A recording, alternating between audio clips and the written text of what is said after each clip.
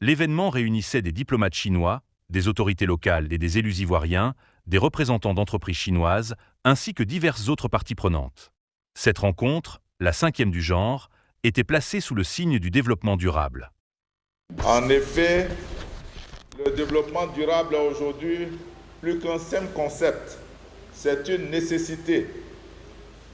Face aux défis environnementaux croissants, il devient urgent d'adopter des modèles de développement qui préservent notre planète tout en favorisant la croissance économique. Nos partenaires, notamment avec la Chine, sont essentiels pour réaliser cette ambition. Nous avons mis en priorité des secteurs qui touchent directement à la vie de nos collectivités.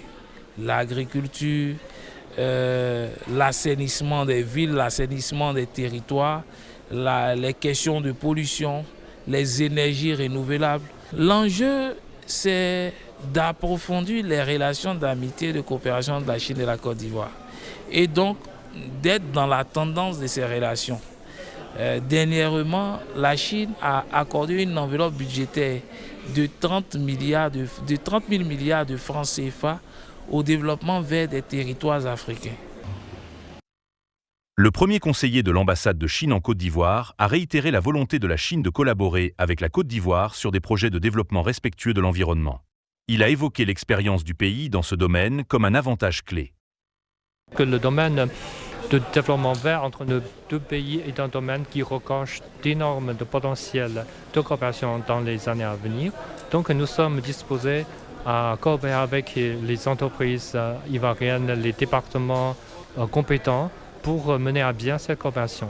Nous avons heureusement cette année-là l'entrée en service, je pense que c'est avant la fin de cette année, la station hydroélectrique de Gripopopoli, qui constitue la deuxième grande station électrique dont les deux pays ont construit ensemble.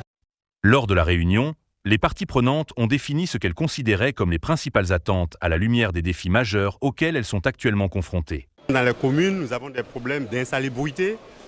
Il y a des régions, à Yamoussoukro par exemple, nous avons des lacs. Nous avons plus d'une dizaine de lacs. Et il y a l'assainissement de ces lacs, il y a ces problèmes qui se posent. Donc avoir un partenaire dans ce domaine, avoir un partenariat dans ce domaine avec la Chine, nous fera beaucoup du bien au niveau de notre écologie.